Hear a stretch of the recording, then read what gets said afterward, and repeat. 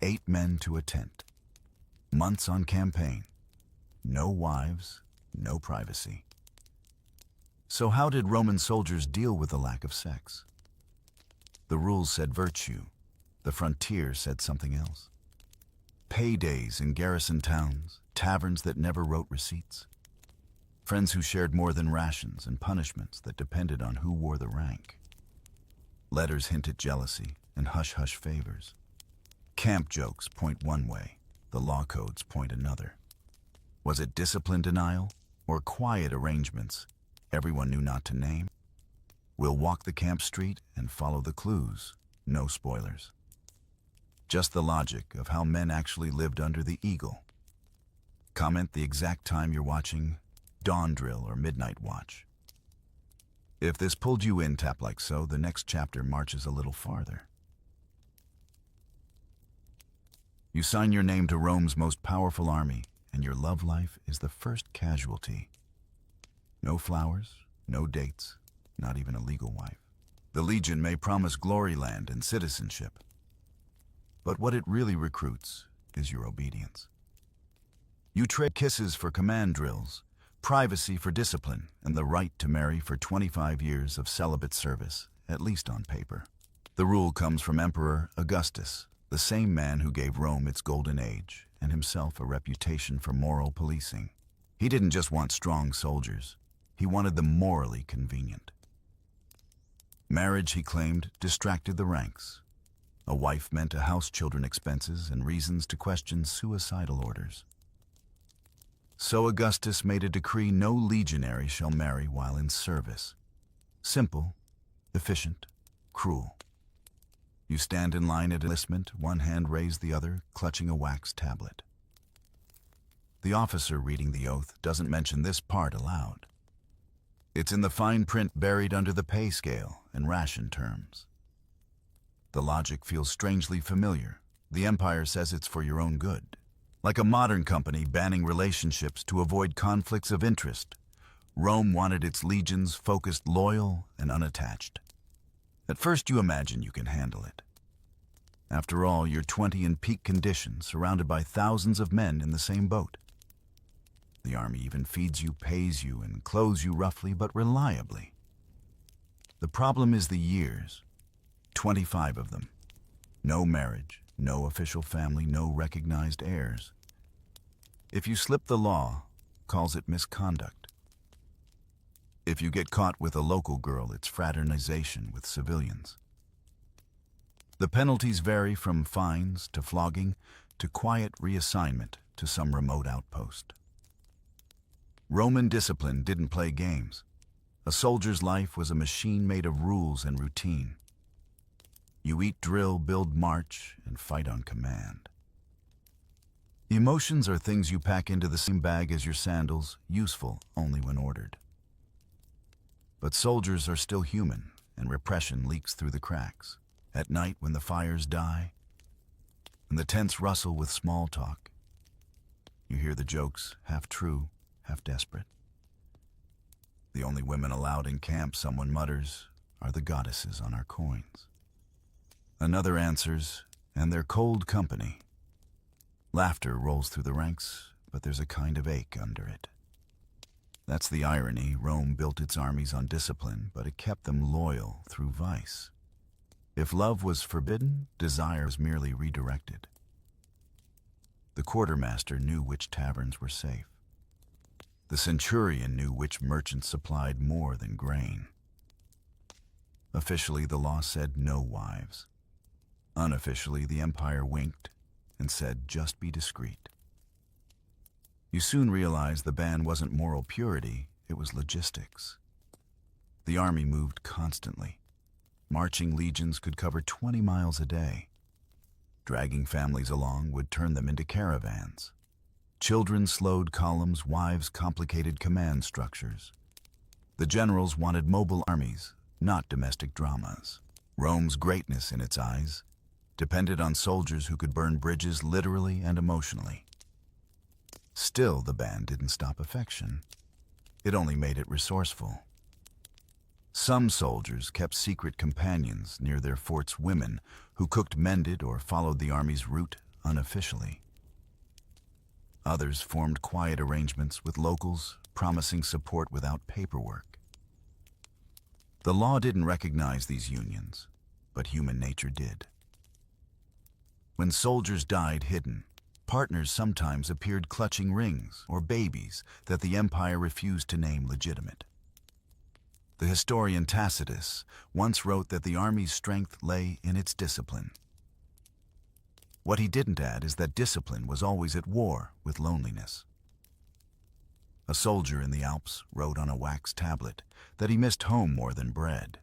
Another scrawled graffiti at Vindolanda asking a friend to send a girl, any girl, decent or not. You can almost hear the exhaustion behind the humor. Modern psychologists might call it suppressed intimacy fatigue. The Romans just called it the cost of honor. To them, the perfect soldier was both a weapon and a monk, a man who gave his body to the state and denied it to everyone else. And Rome rewarded that denial. When veterans retired, they finally gained what they'd been denied: land. Legal wives and children who could inherit citizenship. For some, that was the dream that kept them marching. The promise that deprivation would one day turn into domestic peace. You imagine the first night of rest after 2 decades of conquest. The armor off. The orders stopped. Maybe finally a home that isn't shaped like a tent. But for now, you're still in line, a recruit with a regulation haircut, a wax tablet full of rules, and a heart that belongs to the empire. Somewhere in the camp, a bugle calls for drill, and every thought of love vanishes under the sound of discipline. When dawn breaks over the camp, you hear more than the clang of shields. You hear the quieter hum of the people who aren't supposed to exist.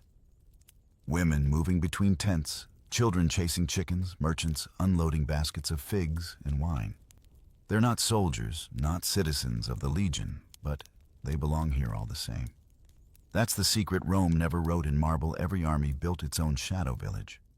Beyond the fort walls lies the Cenabi, the civilian sprawl that follows the Legion like an unofficial echo. It's half marketplace, half family camp, and entirely illegal in the eyes of strict regulation.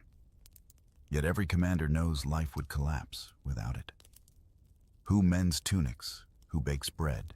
Who soothes the nerves of men who've been marching through mud for months? The army doesn't supply comfort, it contracts it out. You walk through the stalls, blacksmiths hammering horseshoes, barbers with makeshift mirrors, women selling bread so fresh it makes the soldiers stop mid-step. A few wear simple tunics, others finer robes that speak of long hours spent earning them.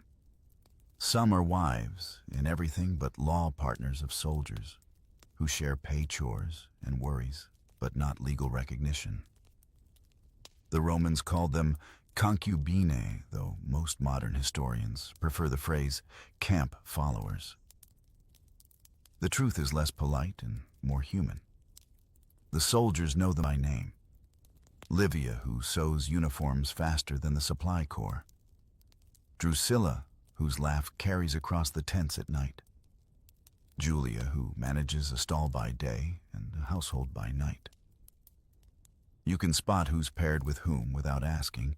There's a shared look, a rhythm of work and care that doesn't need ceremony to make it real. Children dart between the tents, 2 miniature versions of their fathers, hair dark, eyes curious. Technically, they're illegitimate, no citizen father until discharge, but the army doesn't chase them away. When men march out to campaign, the Cenabi pack up and follow wagons rattling behind the eagle standards like a parallel civilization. It's chaotic, dusty, and deeply alive. Commanders tolerate it for practical reasons. A soldier who knows someone waits for him fights harder. A camp with bakers and washers runs smoother than one without. Even Emperor Hadrian no romantic quietly allowed contubernales, unofficial wives, who lived in assigned huts near fort walls. Better an orderly love than a secret one, an officer once quipped. It was the closest thing to compassion Roman policy ever managed. Some relationships blur the line between affection and survival. A laundress might become a companion out of necessity, a guarantee of steady work food and a tent safe from harassment. For soldiers, attachment can be protection too. A woman's tent offers shelter from gambling debts, fights, or boredom that leads to punishment. It's not always love, but it's something warmer than regulation. Occasionally, the empire catches up to its own hypocrisy. During the Flavian dynasty, inscriptions appear describing women as uxor militis, soldier's wife, even before the marriage ban was formally lifted. Archaeologists have found tombstones carved with names of these quiet partners, to Julia, beloved of Marcus the centurion. The law pretended they didn't exist, but stone disagreed. And the soldiers wrote too. At Vindolanda, a Roman fort in northern Britain, a fragment of a letter survives from a woman named Claudia Severa, inviting her friend Sulpicia Lepidina to a birthday party. The ink is delicate, the Latin elegant, the emotion unmistakably familiar. She misses her friend, she hopes she'll come. Historians call it the earliest known writing by a Roman woman in Britain. You can call it proof that warmth survived even this far north of the empire's heart. Walking back through the camp, you catch snippets of conversation. A legionary complains that his partner's bread burned. Another boasts that his boy can already lift a shield.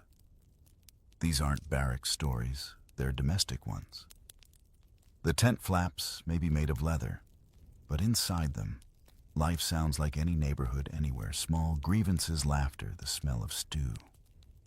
And yet every soldier knows it's temporary. When the horn blows for deployment, the canabai empties like a theater after curtain. Women pack the bread ovens, children wave from wagons, and the road swallows them all. Maybe they'll meet again at the next fort, maybe not. A soldier's love story ends as quickly as a campaign. No promises, no paperwork, no inheritance. The empire thrives on this transience. Soldiers belong to the eagle.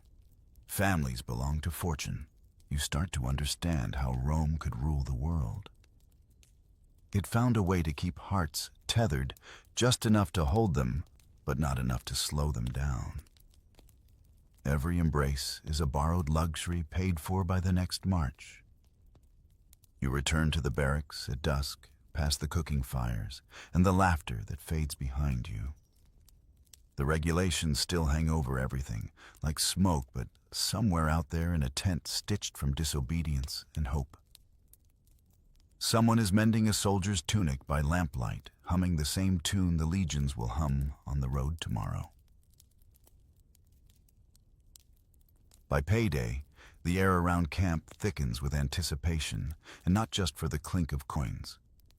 The line at the aerarium, the pay chest, hums with laughter and half-jokes about where those denarii will vanish before dawn. You already know the pattern: first wine, then dice, then women. The Roman army could conquer a continent, but not its own appetites. You count your pay 13 years before you even see a pension, and feel its weight, both metallic and moral. Every legionary earns around 225 denarii a year under Augustus, more under Domitian.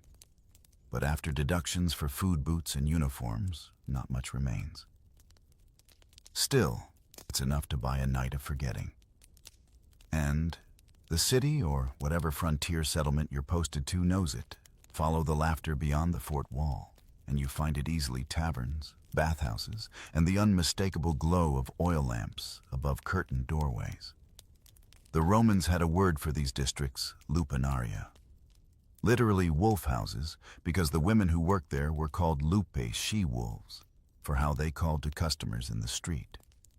The name says more about Roman men's imagination than about the women themselves. Inside the scene is equal parts theater and commerce. Walls painted with cheap frescoes of cupids or racing chariots. A table with clay cups that rarely see water. A keeper perched near the entrance with a wax tablet listing prices. A soldier's pay might buy him wine bread and a brief moment of someone's attention. Roman pragmatism extends even here, transactions recorded, taxes collected. No illusions encouraged. You might imagine chaos, but the empire actually regulated pleasure. Brothels paid state fees.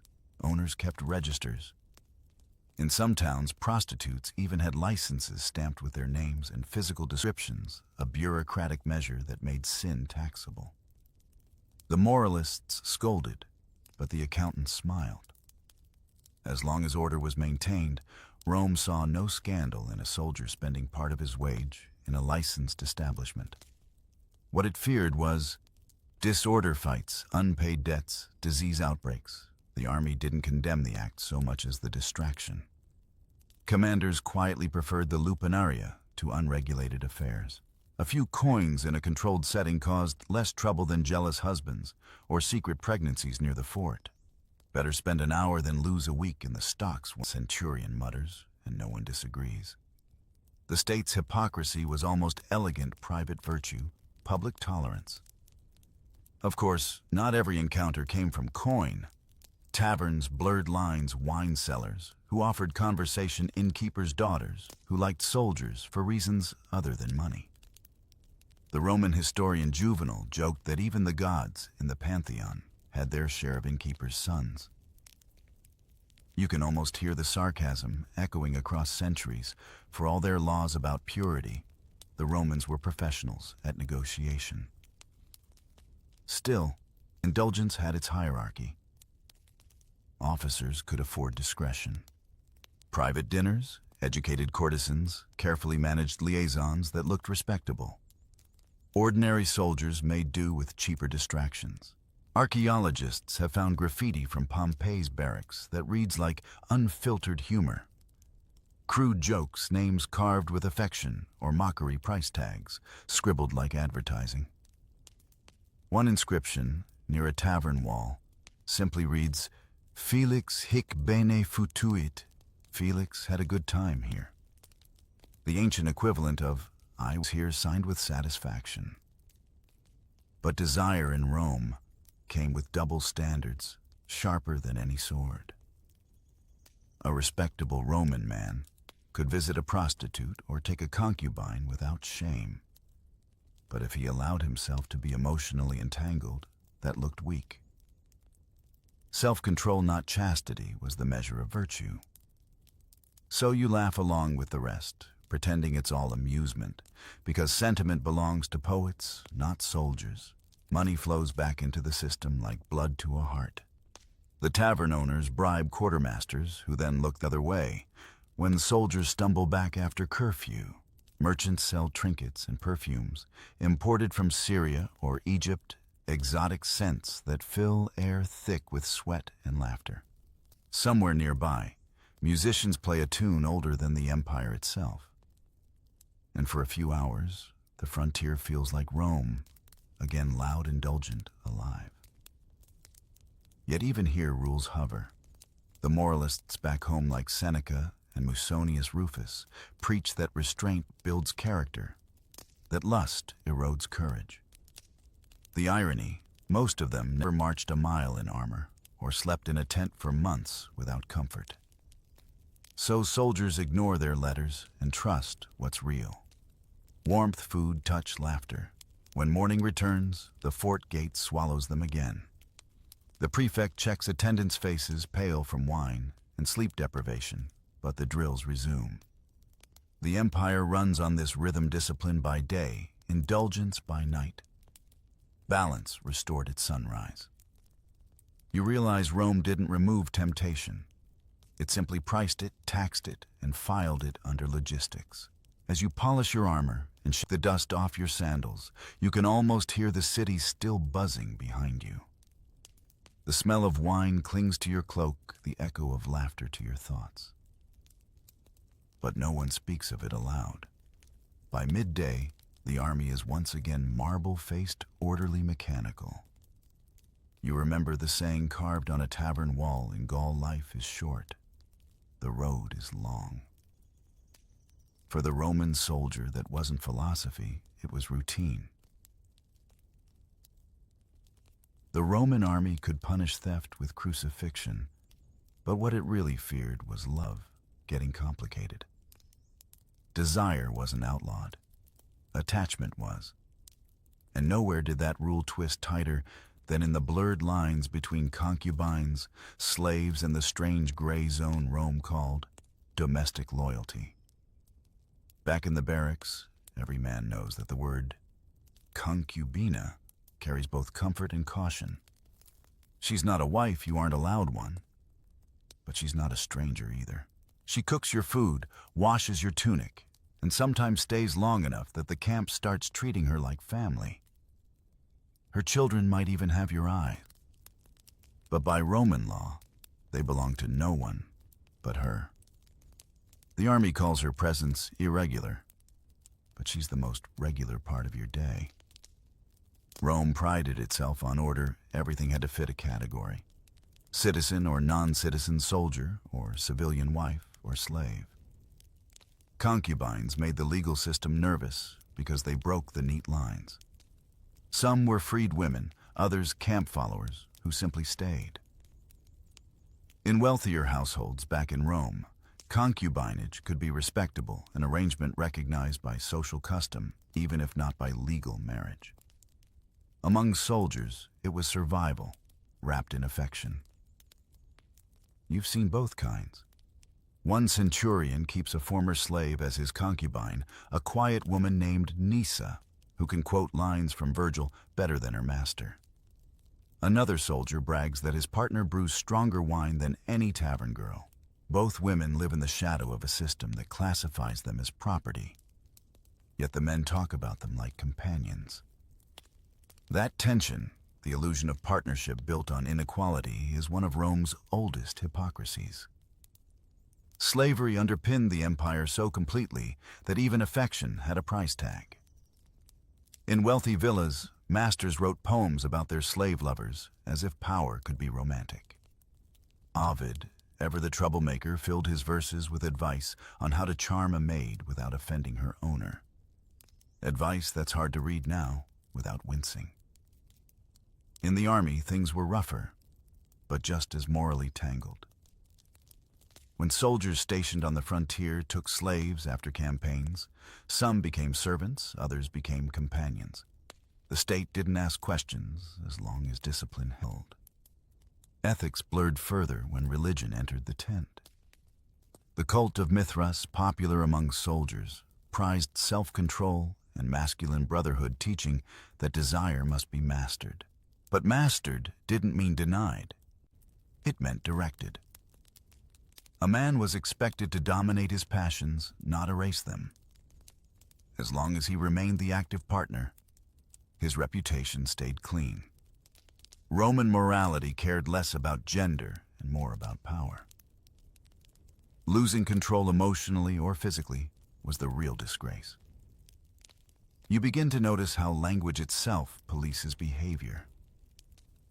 A Roman man could say he used a slave without scandal, but to say he loved her would sound weak. Emotional vulnerability was a foreign dialect. The Stoics preached restraint. The law enforced hierarchy.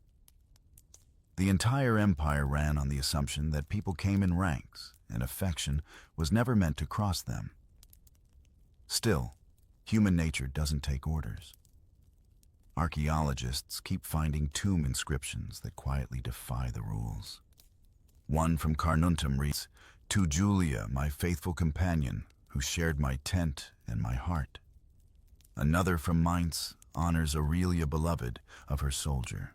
These are acts of rebellion carved in limestone, soft revolutions disguised as epitaphs. Imagine what it must have felt like for the women. To live beside a man who could not acknowledge you in public, whose death could erase your name from memory. To wash his armor every night, knowing that in the eyes of the empire, you were an object among his gear. Yet somehow these women built entire communities outside the fort, trading, raising children, forming friendships with each other. The shadow society beneath the legion's march might have been the truest version of Roman domestic life, only without the paperwork. And it wasn't just men and women who tangled with rules. Power dynamics turned every relationship into calculation. Even among soldiers, rank shaped what you could say or feel. A centurion might keep a boy servant without scandal, but a ranker caught in the same act risked flogging. The dividing line was never morality, it was visibility. The empire tolerated anything as long as it didn't threaten the illusion of order. You begin to understand that Rome's genius wasn't just in conquering land, it was in controlling categories. Every form of affection had to be labeled ranked or rationalized. Love could exist, but only as long as it stayed obedient. A soldier might sneak tenderness into the cracks of law, but he'd never be free to name it aloud. Some evenings when the campfire burns low, you catch glimpses of the truth the laws tried to bury two figures sharing bread. A child playing in the dust, laughter that sounds too genuine to be regulation. The army's scrolls may forbid marriage, but the heart doesn't sign decrees. It just beats quietly in the dark, waiting for the next trumpet to drown it out. When night falls and the camp settles, discipline doesn't end, it just changes costume. The torches glow low, the tents whisper, and the lines between camaraderie and curiosity blur. Rome's army didn't ban same-sex relations, it merely demanded they happen in the right direction. For a civilization obsessed with hierarchy, even desire came with a rank system. Roman morality never asked who you loved, it asked who played which role. A free-born Roman man could do nearly anything, as long as he stayed dominant. To be the active partner commanding assertive and control was to remain manly. To be passive, receptive, emotional, that in Rome's vocabulary risked humiliation. They didn't call it homosexuality. They called it status loss. In the barracks, that logic created a strange equilibrium. The legions were all male environments, thousands of men living together for years, sharing tense drills and silence between campaigns. The official law, Lex Scantinia, condemned abuse of freeborn males, but in practice, it mostly protected the social order, not the moral one. Soldiers could face punishment for violating hierarchy, not for desire itself. In a world where everything revolved around dominance, affection became another arena for proving control. The humor reflected it. Graffiti scratched into barracks walls and bathhouse tiles reads like a combination of teasing and confession. Secundus loves Lucius. One inscription declares the heart drawn with clumsy lines. Another, half erased, adds, Lucius loves wine more. Some are jokes, others look more sincere, but none sound particularly scandalized. Among soldiers, teasing was survival. If you couldn't joke about it, you couldn't live with it. Philosophers and poets mirrored the same contradictions. Martial, the quick-tongued satirist of Rome, filled his epigrams with winks at male lovers while mocking men who forgot their station. Juvenal sneered at senators who indulged openly, but wrote with envy more than outrage. Even the emperor, Hadrian, commander of legions and builder of walls, kept his love for the youth Antinous so publicly that statues of the boy still dot the empire's ruins. The army didn't collapse under scandal. It saluted, built another fort, and moved on. Inside the camps, these unwritten codes lived comfortably beside strict order. Senior soldiers might keep younger auxiliaries as companions, sometimes romantic, sometimes purely hierarchical. It's easy to condemn now, but the Romans saw it as another layer of mentorship, warped by power. Yes, but normalized by routine. The army taught obedience through intimacy, and intimacy through obedience. Every relationship echoed the chain of command. You watch a group of recruits cleaning weapons by torchlight, their laughter easy, their teasing practiced. The talk swings between jokes about girls in nearby villages and friendly mock threats of who snores loudest. Yet underneath it, you feel a closeness that only hardship breeds. When every battle might be your last, the man beside you becomes more than a comrade. He's the only world that still makes sense. If affection grows from that, the Empire doesn't ask questions, as long as it doesn't challenge discipline. In this environment, the line between affection and survival often disappears. When you rely on another man to guard your back in a night ambush or drag you bleeding from a trench, something deeper than camaraderie takes root. The army called it contubernium, sharing a tent, but the word carried emotional weight. Two men who had served together for years might call each other contubernales, a term that could also describe a household couple. Archaeologists have even found tombstones erected by one soldier for another, inscriptions that read, "Less like duty and more like love." The Stoic philosophers said self-control was a soldier's highest virtue. But even they admitted that comradeship, amicitia, was sacred. Seneca wrote that a true friend is another self. He probably didn't mean it literally, but in the camp that phrase could sound like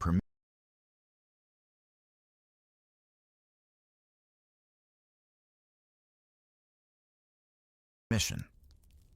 To love your brother in arms was not vice, if it made you fight harder, endure longer, or die less afraid. That's the paradox of Rome: public cruelty, private tenderness.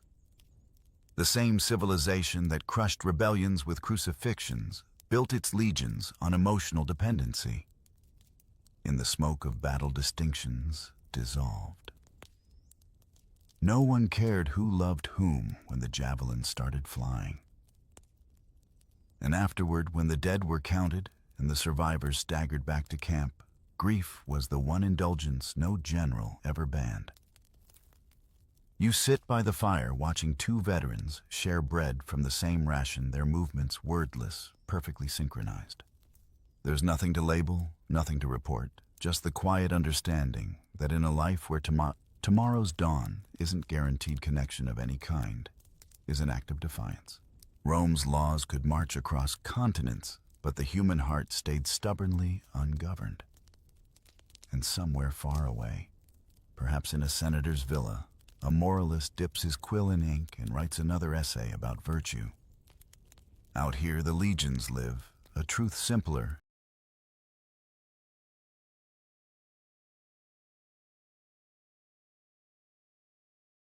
and older than law companionship, however. It's found keeps men alive.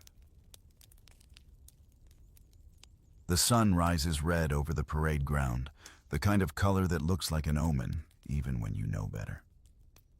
A centurion squints at it and mutters, "Mars is watching." He's only half joking. Before every battle, the Roman soldier was told to control not just his sword, but his urges. Desire, the priests said, could weaken a man faster than any wound. In the Roman mind, self-control wasn't only virtue, it was strategy. Before campaigns, soldiers were ordered to abstain from wine, gambling, and sex for days, sometimes weeks. Not because the army suddenly found morality, it feared distraction. Lust made men lazy, superstition claimed, and the gods of war demanded focus.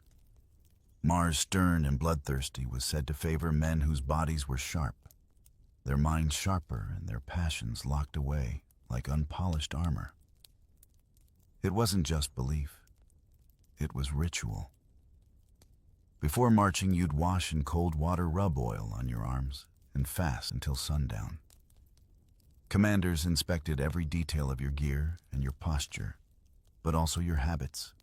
A soldier who slipped into indulgence before battle risked bad luck for the whole unit. There are stories, half legend, half warning, of officers who discovered a soldier sneaking into a lover's tent the night before combat and forcing him to fight in the front rank the next day. "Let Venus protect you now," they'd sneer. Superstition filled the spaces where logic couldn't reach. Some men tied small phallic amulets under their tunics, not for lust, but for luck. The Romans believed the image of fertility could ward off envy and evil. A crude charm against impotence became a charm against death. Soldiers rubbed these talismans before battle, the way modern athletes tap helmets or cross themselves rituals of control in a life where almost nothing could be controlled. Then there were the cults. Mithras, Jupiter, Dolicenus, Mars, Fortuna, all promised strength through purity. The Mithraic temples carved into rock caves under forts carried imagery of bulls, swords, and cosmic order. To be initiated meant to swear secrecy and endurance to become part of a brotherhood that renounced softness. The more you suffered, the closer you got to salvation. For a soldier, that was theology and therapy rolled into one. You've probably heard the phrase, keep your head in the game. The Romans invented it. They even had a saying, Venus weakens Mars. To them, love and war were rival deities constantly tugging at the same mortal souls. The poet Propertius warned young men that women drained courage from warriors. Livy wrote about generals who forbade wives and courtesans from following the army, claiming no man can serve two masters. Yet history proves the ban never quite worked. You can legislate behavior, but not biology. Some commanders took abstinence seriously. Scipio Africanus, the man who beat Hannibal famously, returned a captured maiden untouched, saying he would rather conquer lust than Carthage. His soldiers turned it into a campfire legend. Proof that even the mightiest Roman knew the battle within was the hardest to win. But others rolled their eyes and poured more wine. Not everyone could afford sainthood. The balance between control and indulgence became its own kind of performance. A soldier could brag about self-restraint the same way he bragged about scars. I haven't touched wine in 3 months, one might say, to nods of respect. The next might wink, I haven't touched it alone. Humor softened the edge of hypocrisy. Everyone knew virtue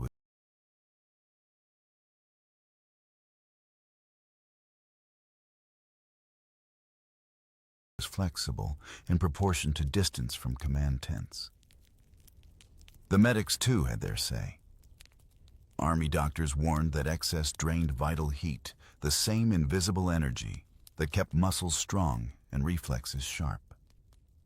Weak soldiers fall twice. One medicus liked to preach wagging his stylus like a priest's finger. They didn't know about hormones or hydration, but they understood fatigue. Abstinence enforced or not often did make men sharper, at least until the next leave. Out on campaign, isolation became its own kind of purification. March long enough through snow or desert, and even longing grew tired. The body learned discipline the way it learned to carry armor, awkward at first, automatic later. You start to understand why Roman discipline lasted centuries. It wasn't just fear of punishment, it was the habit of control turned into religion. But not all faith was martial. In quieter moments, soldiers prayed to Venus too, asking not for indulgence, but for protection of the ones they'd left behind. Shrines to loved deities appeared near fort gates, offerings left beside Mars's altars, like a whispered apology. The army lived between those gods, blood and affection, blade and heart, hoping they wouldn't notice the contradiction. Somewhere in camp, a flute plays a slow tune before lights out. You can hear it through the tent walls, half lullaby, half lament. Maybe the player doesn't even realize it's a prayer, just a melody to fill the silence where desire once lived. The Romans didn't know about psychology, but they understood ritual. Control the body, they believed, and maybe the mind will follow. When the torches finally dim, the night feels cleaner, emptier. The smell of oil and sweat fades into the sound of distant guards swapping shifts. For now, everyone sleeps under the illusion that discipline has tamed everything that matters. But the truth hums just beneath the surface, because what Rome called purity was really just waiting with better posture. If Rome built its empire with discipline, it maintained it with humor. In a world of long marches and longer abstinence, laughter was medicine and sometimes confession in disguise. The Romans might not have invented dirty jokes, but they industrialized them. In the barracks, jokes work like armor. They dull embarrassment shield against loneliness, and if delivered well, earn a reputation better than a medal. Every tent has its own comedian, the guy who can make even the centurion crack a grin while pretending not to. His punchlines come from the same topics soldiers have shared for millennia: bad food, worse weather, and the eternal mysteries of women. The graffiti on fortress walls reads like a time capsule of coping. At Vindolanda in northern Britain, one soldier scribbled, "I've lost my sandals, but not my spirit." Another carved brothel ahead, march faster. You can picture the smirk behind it, a wink at the endless march toward both battle and distraction. Pompeii's surviving walls tell the same story. Crude sketches, names joined by hearts, tally marks of visits to taverns, and sarcastic digs at officers who couldn't hold their wine. Humor wasn't just rebellion, it was social glue. Rank and cruelty dissolve when the whole tent laughs together.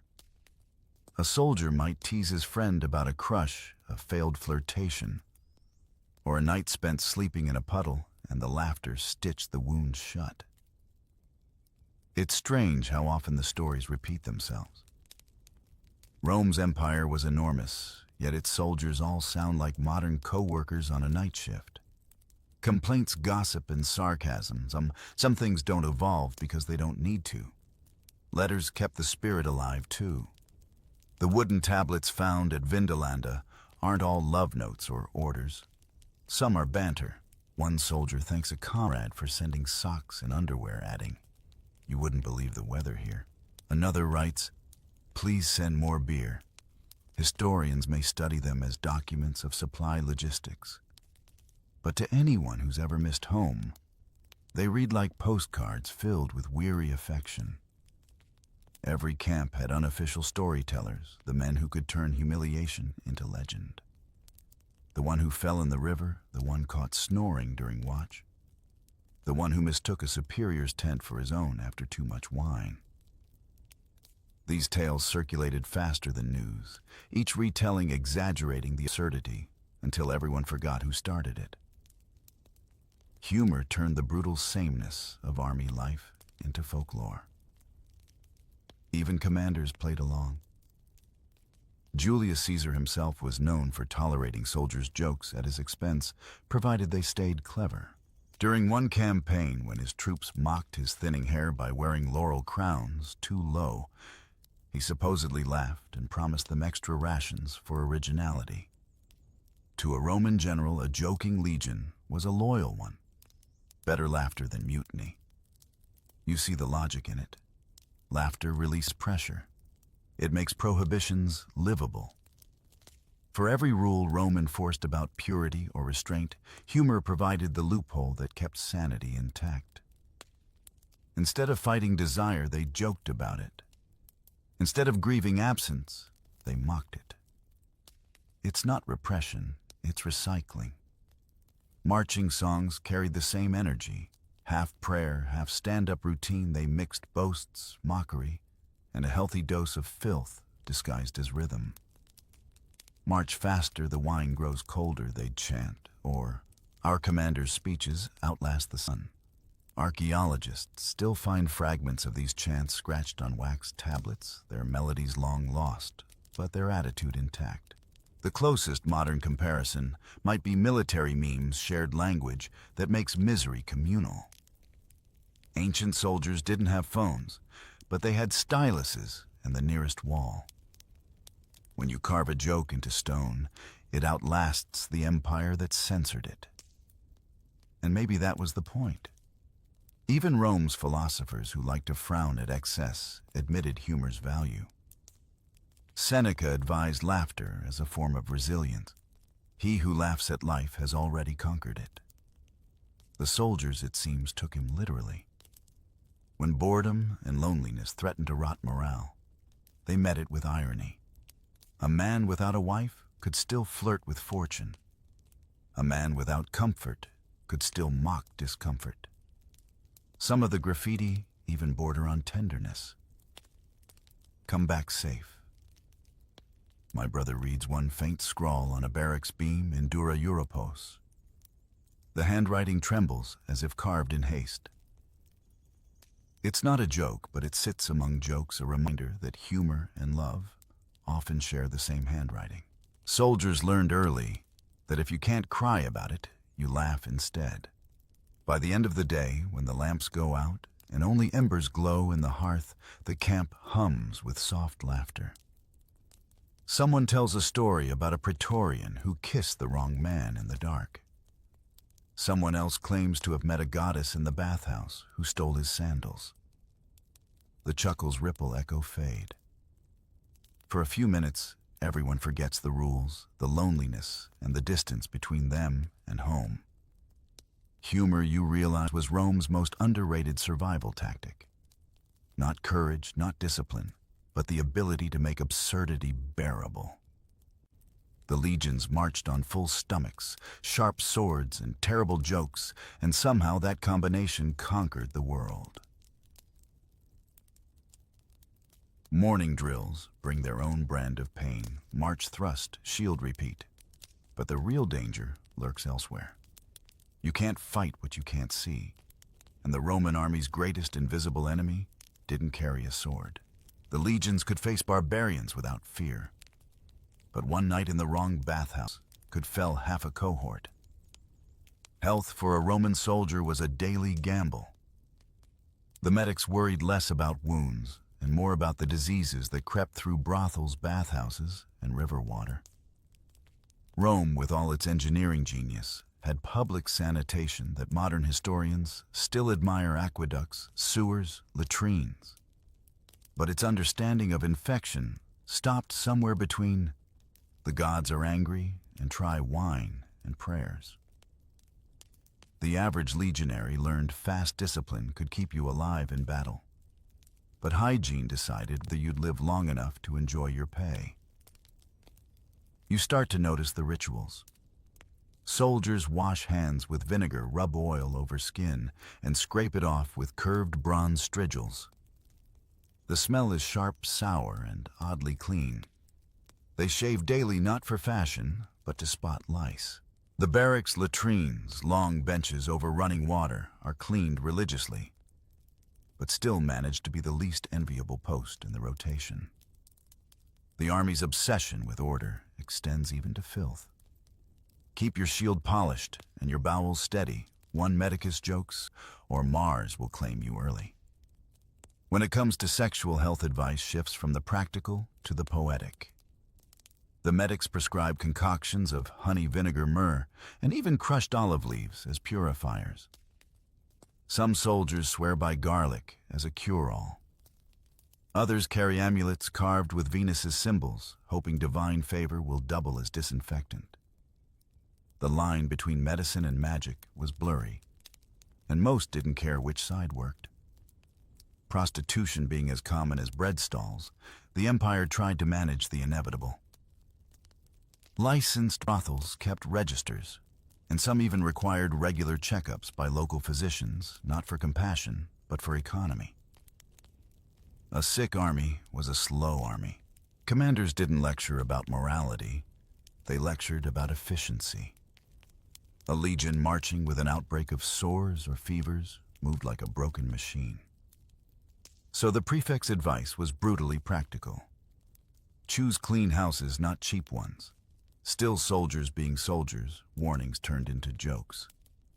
Graffiti near Pompeii's Lupanaria includes lines like "Cave Venus beware," Venus scribbled beside crude sketches of centurions limping. Humor softened the embarrassment, but the fear was real. The empire's medical papyri described symptoms we'd recognize instantly: burning pain rashes, fevers, ulcers. They didn't have names like syphilis yet, but the experience was eternal. Bathhouses, the pride of Roman culture, weren't much safer. Shared sponges, reused towels, communal pools. Perfect breeding grounds for every microscopic invader. Mars forgot to discipline. Still, no one could resist them. The baths were the Roman soldier's reward, the only place he could feel human again. After weeks in armor, the plunge into warm water felt like rebirth. You can almost sympathize. Would you rather risk infection or go unwashed through a Mediterranean summer? The medicus's tent tells another story. Its walls are lined with jars, honey vinegar, resin, poppy extract. Tools gleam in the dim light, bronze scalpels and tweezers, more terrifying than comforting. The surgeon's hands move fast, no gloves, no anesthesia, just prayers to Aesculapius and a helper with a strong stomach. Sometimes the treatment hurt more than the illness. But medicine in Rome was built on courage and guesswork. Failure wasn't moral, only expected.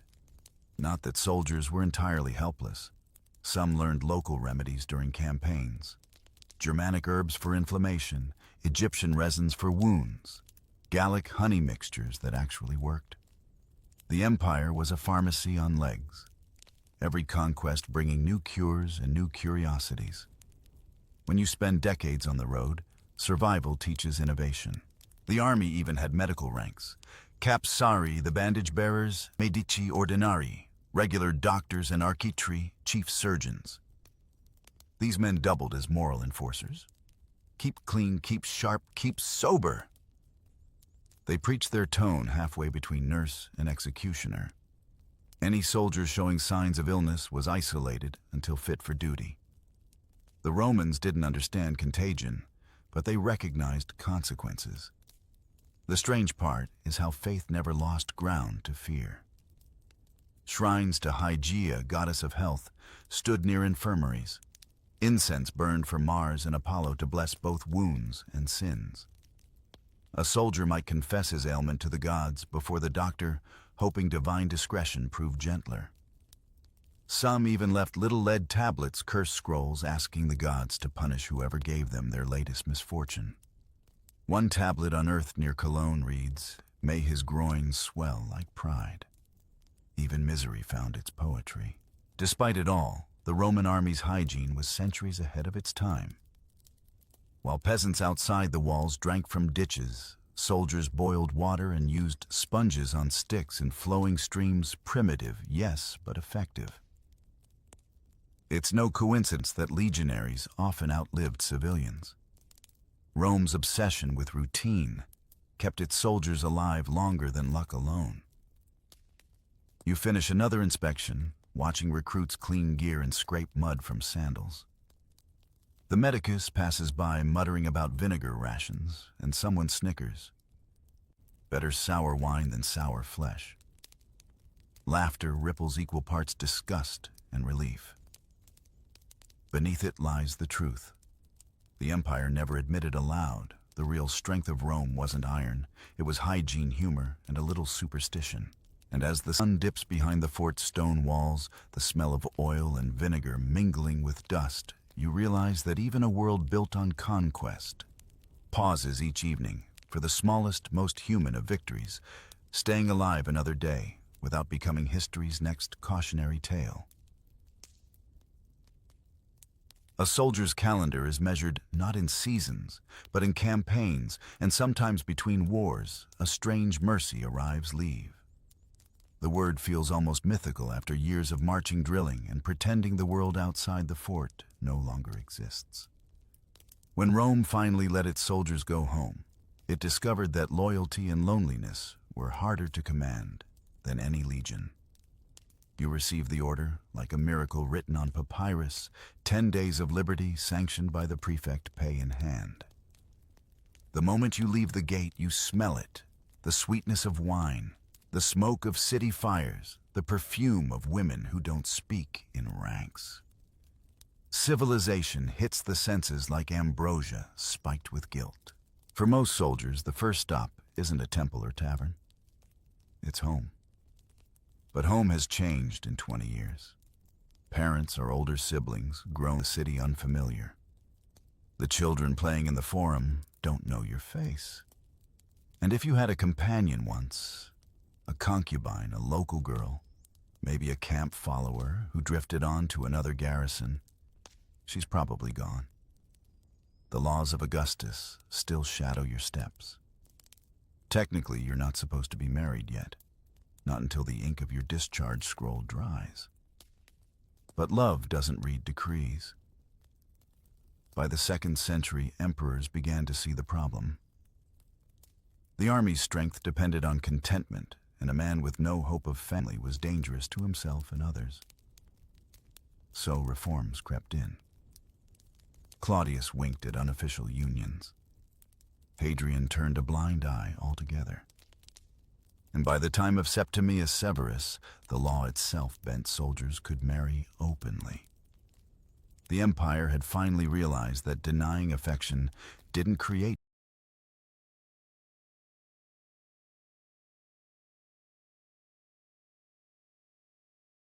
discipline. It created despair.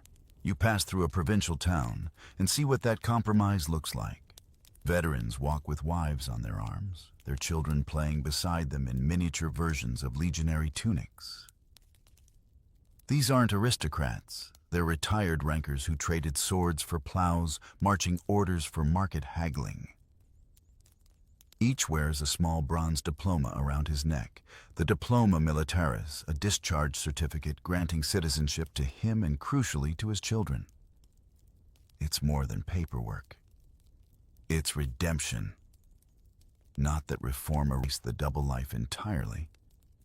Many still juggle 2 existences, soldier on duty, husband in spirit. Letters travel back and forth between forts and families, carried by merchants or messengers. Some survive written in careful Latin, full of yearning, and the mundane send more wool. I dream of your bread. Kiss the boy. They read like postcards from a world where duty and affection share custody of the same man. You meet one veteran, Marcus of the 10th Legion, who grins through a missing tooth and says, "They let us marry now. The army still thinks love's a civilian sport." He gestures to his farm, neat rows, well tended. His wife waves from the doorway, flower on her arms. "She kept me more disciplined than any centurion," he says. And you believe him. Back in the camp, not everyone celebrates reform. Old officers mutter that softness breeds weakness, that marriage ties a man's courage to his hearth. But the younger ones laugh and say, "Better a faithful wife than a tavern debt." You sense the generational shift, Rome evolving not from morality, but from practicality. An empire that conquers the world eventually has to conquer loneliness too. The marriage reforms ripple through the ranks. Soldiers start sending for families, building small quarters near forts. The canabai, once unofficial, grow into permanent settlements with bakeries, bathhouses, and shrines. What began as shadow families now becomes Roman suburbia. You can almost hear Augustus turning in his tomb, but the empire itself sighs in relief. Stability is good business. And yet every reunion carries its ghosts. Some men return to find the world unwilling to wait for them. Others marry quickly, desperate to fill years of silence. A few discover that peace feels stranger than war. The same discipline that once kept them alive now makes domestic life feel like marching in circles. Their wives joke that they still sleep on command. Even the poets notice the change. Inscriptions on veterans' tombs begin to include wives' names, not just ranks and honors. To Gaius Flavius, soldier of the 2nd Legion, and to his beloved Aurelia, who warmed his winters. It's the kind of epitaph that would have been scandalous a century earlier. Now it's just Rome growing up learning that love like conquest needs management. Somewhere near the Rhine frontier, a band of soldiers gathers at a tavern, celebrating a comrade's discharge. The toasts rise to Mars, to the emperor, to freedom, to wives waiting downriver. The laughter rings loud enough to make the innkeeper nervous, but it's the laughter of men who've earned it. Tomorrow they'll scatter some to farms, some to workshops, some back to the only home they've ever really known, the army. As the wine runs low, you realize the truth. Every empire eventually learns rules can govern behavior, but not longing. Augustus tried to suppress it. Severus tried to regulate it. But affection always marched beside the legions, unlisted but undefeated. The soldiers of Rome fought wars for emperors, but they endured them for the small, ordinary hope of being human again. And when the next trumpet sounds calling another generation to arms, the pattern will repeat. Love banned, love endured, love reinstated. The empire conquers, collapses, reforms. And through it all, someone somewhere still waits by a door, hearing hoofbeats in the distance. Rome's legions could outlast empires, outfight kingdoms, and outmarch death. But no army ever learned how to conquer loneliness. You can win the world and still lose your heart to distant silence or time. You stand at the edge of a camp near the Danube frontier. The empire is old now, its maps fading at the edges, its soldiers fewer, older, slower. The eagles still glitter on their poles, but their shine looks tired, like a memory that refuses to dim completely. You've spent decades marching under those wings, fighting, laughing, pretending that rules were enough to contain what it means to be human. Some nights, the wind carries the smell of the taverns from across the river, the scent of wine, of bread, of everything the regulations told you to resist. You've outlived emperors, centurions, and the foolishness of youth, but not the pulse of longing. The young recruits still joke about women. The old ones still pretend they've forgotten how to, and the cycle keeps repeating like an echo through centuries. The historians will later call this discipline or virtue or control. But you know better. It's survival disguised as philosophy. The Romans didn't invent repression. They refined it into routine. They built aqueducts for water and walls for enemies. But their most enduring architecture was psychological, the invisible fortress each man built around his own desire. The strange part, it worked. That control, the willingness to silence the body for the sake of duty, made Rome unstoppable. Yet the cost hums under every victory. For all the triumphs carved into marble, the real story hides in the letters, the graffiti, the tombs. The soldier who wrote home asking for wool socks and kisses in the same line. The centurion who named his partner on his grave, knowing no senator would approve. The camp follower who raised children in the shadows of forts. They are the margins of history that the empire never meant to keep, but they survived anyway. By now, the legions have changed. The laws are looser, the discipline less cruel. Soldiers marry openly, build houses of stone instead of tents, plant vines in conquered soil. Rome learns slowly that people fight hardest when they have someone to fight for. The empire's heart softens not through conquest, but through affection reclaimed. And yet, beneath that progress, you can still hear Mars whispering in the dust. Be ready. Desire weakens discipline.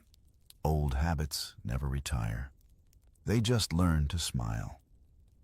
You watch the camp settle for the night. Fires flicker. Someone hums an old marching song that has somehow survived every reform and every emperor. Its words are crude, funny, and heartbreakingly human. Around you, the veterans drift into silence, staring at flames like men who've seen everything except peace that lasts.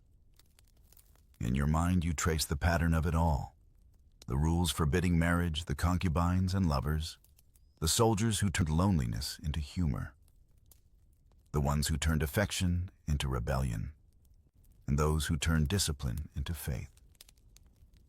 It all blurs into one truth. An empire can command armies, but it can't legislate emotion. You can standardize armor rations and pay, but not the ache for warmth. And maybe that's what made Rome so human after all. For every marble statue of Mars, there was a wooden toy carved for a soldier's hidden son. For every law against intimacy, a secret letter tucked into a boot.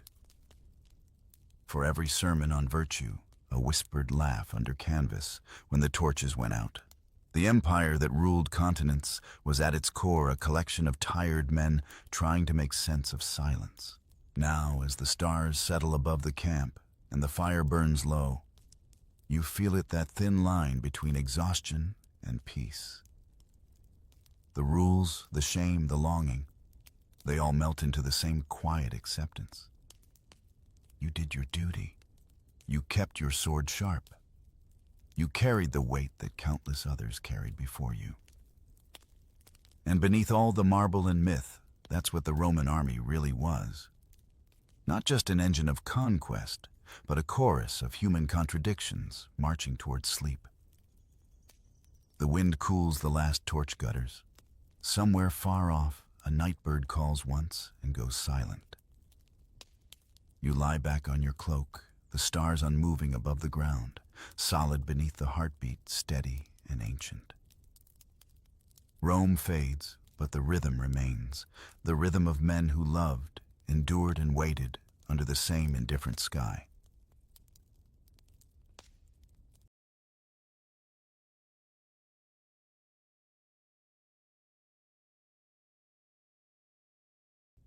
You've heard how Roman soldiers mastered their bodies and buried their hearts. But what about their days? The armor doesn't polish itself, and empires don't run on glory alone. From dawn drills to dusk patrols, every heartbeat belongs to the schedule. So let's wake with the legion and march straight into a Roman soldier's ordinary, exhausting perfection. It begins before dawn, before even the roosters of Rome have decided whether it's worth the trouble. The air in the barracks is thick with sleep and the sour smell of sweat-soaked wool. You wake not because you want to, but because the centurion's horn will blare soon, and no man wants to be the one still drooling when it does. You pull your blanket tighter for a moment longer, feeling that brief, dangerous luxury called comfort.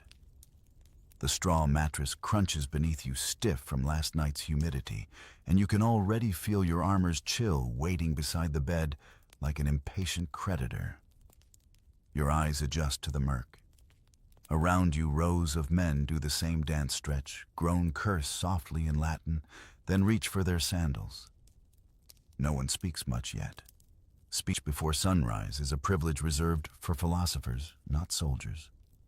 The flicker of a single oil lamp shows faces that all look the same at this hour. Mud-smeared, half-shaven, half-human. You run your hand over the helmet beside you. The metal feels damp, almost alive with condensation. You wipe it with a rag that's somehow always dirtier than the helmet itself. You reach for your tunica, still smelling of last week's campaign dust. The cloth sticks slightly to your skin, it always does.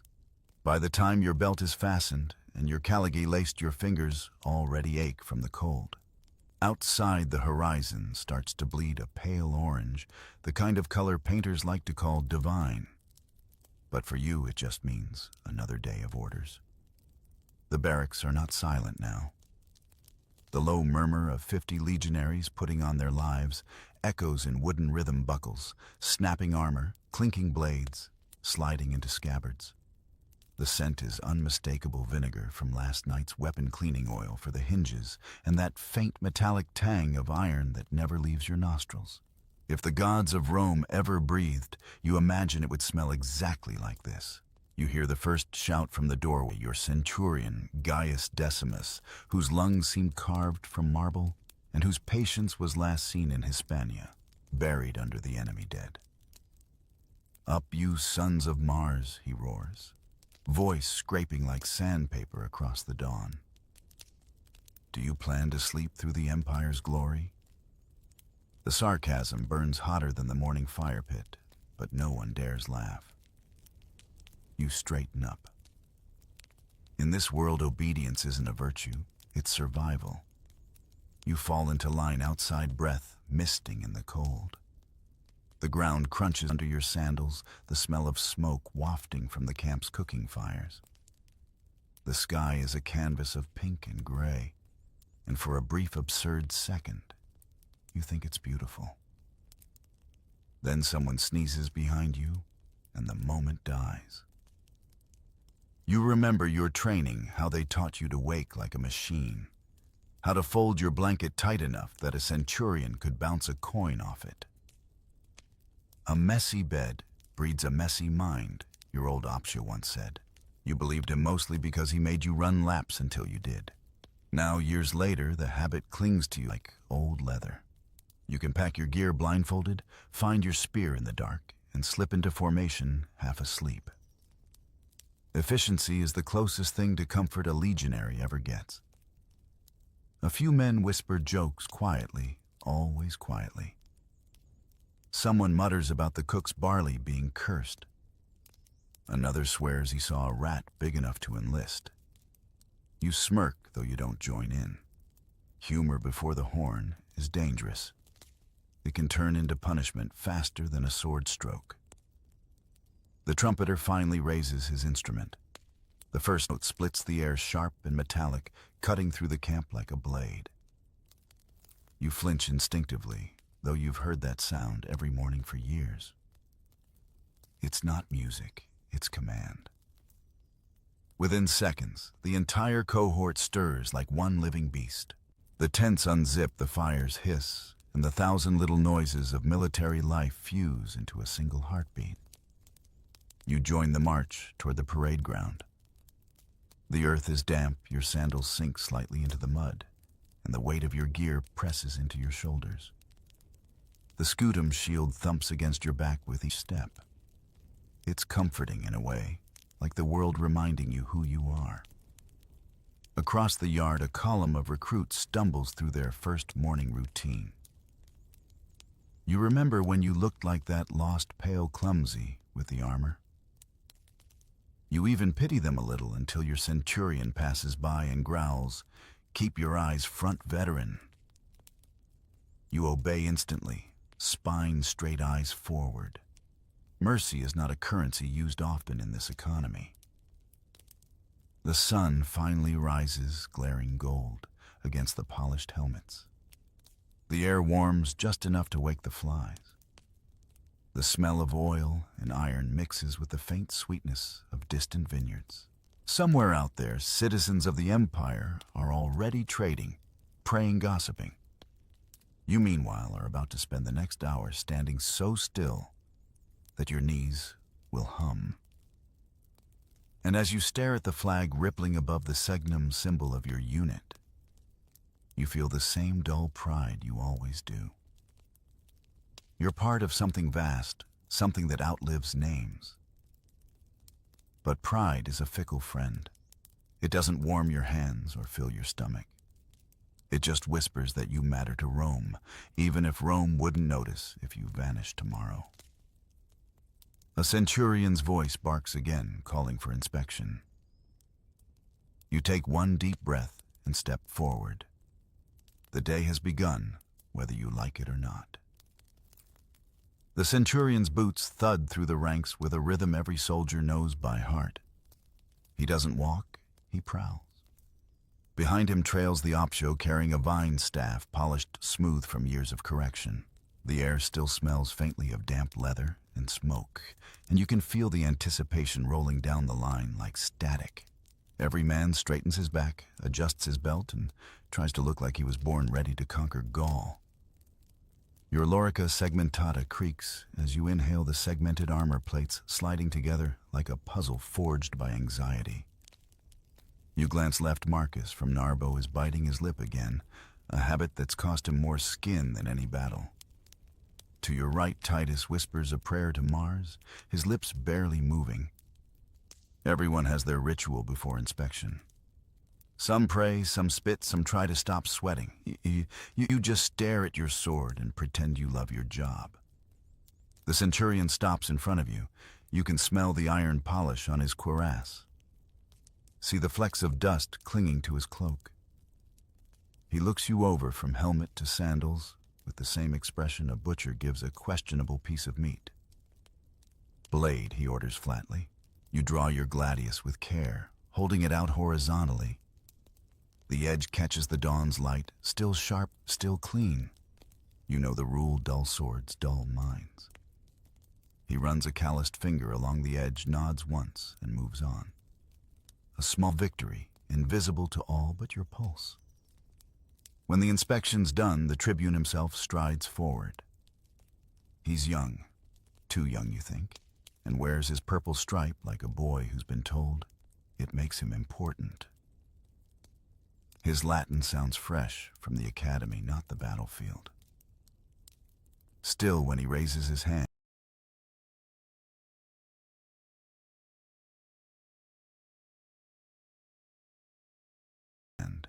even the birds hush. Men of the 10th Legion, he begins, voice echoing against the camp walls today.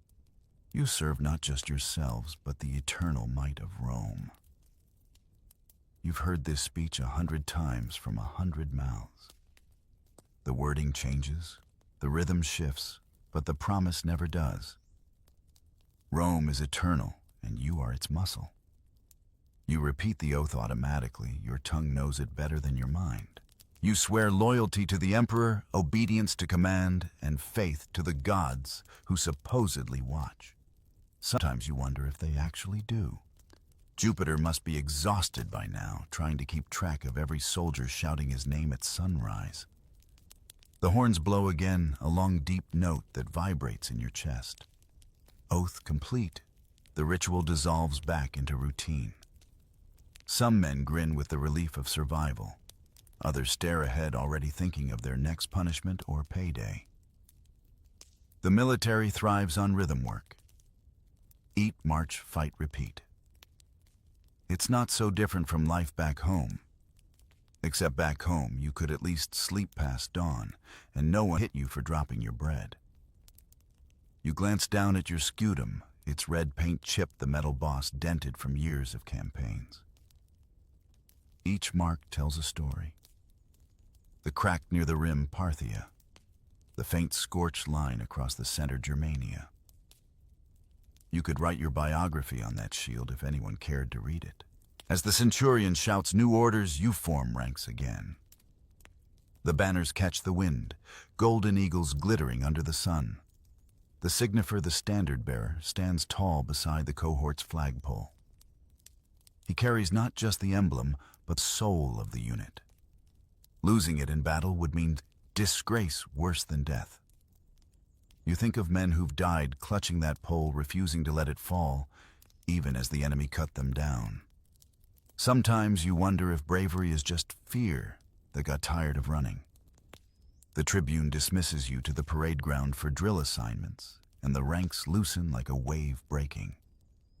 Armor groans, sandals scrape, and someone finally breathes again. The morning stiffness gives way to that familiar hum of purpose. You catch the eye of a veteran, old Publius, his face carved from more campaigns than you can count. He grins at you, toothless but confident. Another glorious day in paradise, he mutters, and you can't help but laugh under your breath. As you march toward the field, the smell of wet grass rises, mingling with dust and sweat. In the distance, the camp's smiths hammer rhythmically, shaping new helmets and spearheads. Every clang feels like punctuation to your thoughts. You remember what they say, Rome's discipline is its greatest weapon. It sounds noble when carved into marble, but less so when you're the one doing the marching. Somewhere near the gate, you pass a shrine to Jupiter, Optimus Maximus, a small altar piled with coins, fruit, and the occasional chicken feather. You pause for half a heartbeat and toss a small copper coin into the bowl. You don't expect divine favor, just fewer blisters. The gods, if they're real, probably appreciate the honesty. The morning light grows stronger now, burning the mist off the parade field. The centurions call the cohorts into their grids, each man aligning his shield edge perfectly with his neighbor's. It's beautiful in a strangely terrifying way. Hundreds of men breathing, standing, waiting as one organism. You feel it in your bones, the discipline, the unity, the inevitability. You take one more deep breath, straighten your back, and prepare for the drills to begin. Somewhere behind you, a crow lands on the barrack roof and squawks as if mocking you for not having wings. By the time the horn signals breakfast, your stomach has already begun to protest like a small rebellion. The morning drills have yet to start, but hunger always arrives early. You march toward the mess area with the rest of the cohort, the line stretching like a centipede in armor. The air smells faintly of smoked grain and something suspiciously sour. The cook's grim men who've seen more burned porridge than battle are stirring giant pots over open fires. You clutch your wooden bowl chipped from travel and wait your turn. The ration for the day is the same as it's been since before you were born. Pulse a mush of barley boiled until it gives up all will to live. Sometimes they mix in bits of salt pork if fortune smiles, or garlic if the quartermaster is feeling generous. Today, it's plain gray and glutinous, a dish so modest it makes humility look arrogant. You take your portion, step aside, and find a seat on a low wall beside your comrades. The spoon sticks upright in the porridge on its own. Titus grins. "See," he says. "That's engineering." You chuckle, though your laughter dies quickly when you taste the first bite. It's hot, sticky, and oddly metallic, as though the pot itself had a say in the recipe. But it fills you, and that's what matters. Rome doesn't feed its soldiers to impress them.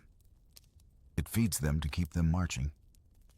You remember your last campaign in Britannia, when the supply line broke and you survived for a week on barley rainwater and misplaced optimism.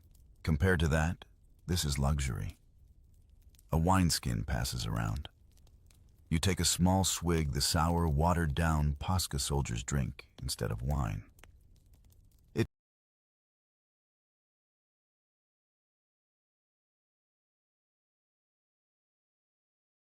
tastes of vinegar and faint grapes, but it keeps your mouth from drying like parchment. You try not to think about what might be floating in it. The army teaches you many virtues, and selective blindness is one of them. The conversation flows easily now. Marcus tells a story about a centurion who tried to impress a general by eating scorpion stew. Publius shakes his head. "Nonsense," he says. "Scorpions are for Syrians, not senators." Someone jokes that the general probably made it a delicacy afterward. The laughter ripples down the line, tired but real. You finish your bowl and wipe it with a crust of bread so hard it could double as armor. Hardtack, they call it, though. You suspect the word tack refers to what it does to your teeth. It's made from wheat salt and the will of Vulcan himself. Some soldiers carve shapes into theirs for luck, a crude sun and eagle, even a heart. Yours is plain. You're not sentimental about bread. The centurion passes by, checking that everyone eats quickly. "No lingering," he says. "We fight better on empty talk than full stomachs." He's right. Too much food makes armor feel heavier, and armor is already heavy enough to ruin your posture by 30. You gulp the last of your drink and stand feeling the grit of barley between your teeth. A stray dog circles the benches, sniffing for scraps. You toss it a crust and watch it vanish between tents. It's strange there are no citizens here, no families yet. Life finds a way. Even the flies have learned to march in formation. Someone brings up rumors of a new recipe spreading from the eastern provinces, bread baked with honey and goat cheese. The thought sounds like poetry to your empty wallet. You make a mental note that if you ever leave the army, you'll eat that every day until you forget the taste of pulse. Then you laugh quietly, because leaving the army isn't really an option unless Mars himself writes you a letter. Your mind drifts briefly to home, if you can still call it that. Your mother's kitchen, the smell of olive oil, the sound of neighbors arguing about taxes. It feels like another lifetime, another man's memory. You wonder how many of your comrades remember the same kind of scenes, and how many were born into this life, with no other world to miss. The cook clangs a ladle against the pot, signaling the end of the meal. You scrape the last sticky bits from your bowl and hand it to a recruit to rinse. The water in the bucket is already brown, but no one complains. Hygiene in the army is more theory than practice. As you sling your gear back over your shoulder, the sun has climbed higher, burning the dew from the grass. The camp buzzes again, horses snorting, smiths, hammering voices, shouting orders. The brief illusion of peace fades as quickly as it came. You look once more at the pot of barley bubbling over the fire, the surface popping like small explosions. It's simple, it's bland. It's survival in a bowl. Somewhere in the empire, emperors are feasting on peacock tongues and garum-soaked fish. Here you get this. And somehow, it's enough. The centurion's horn sounds again, a reminder that comfort is measured in minutes. You pick up your shield and head for the training grounds. Breakfast is over. The real work is about to begin. The horn cuts through the air like a blade through quiet, its note long, sharp, and impossible to ignore.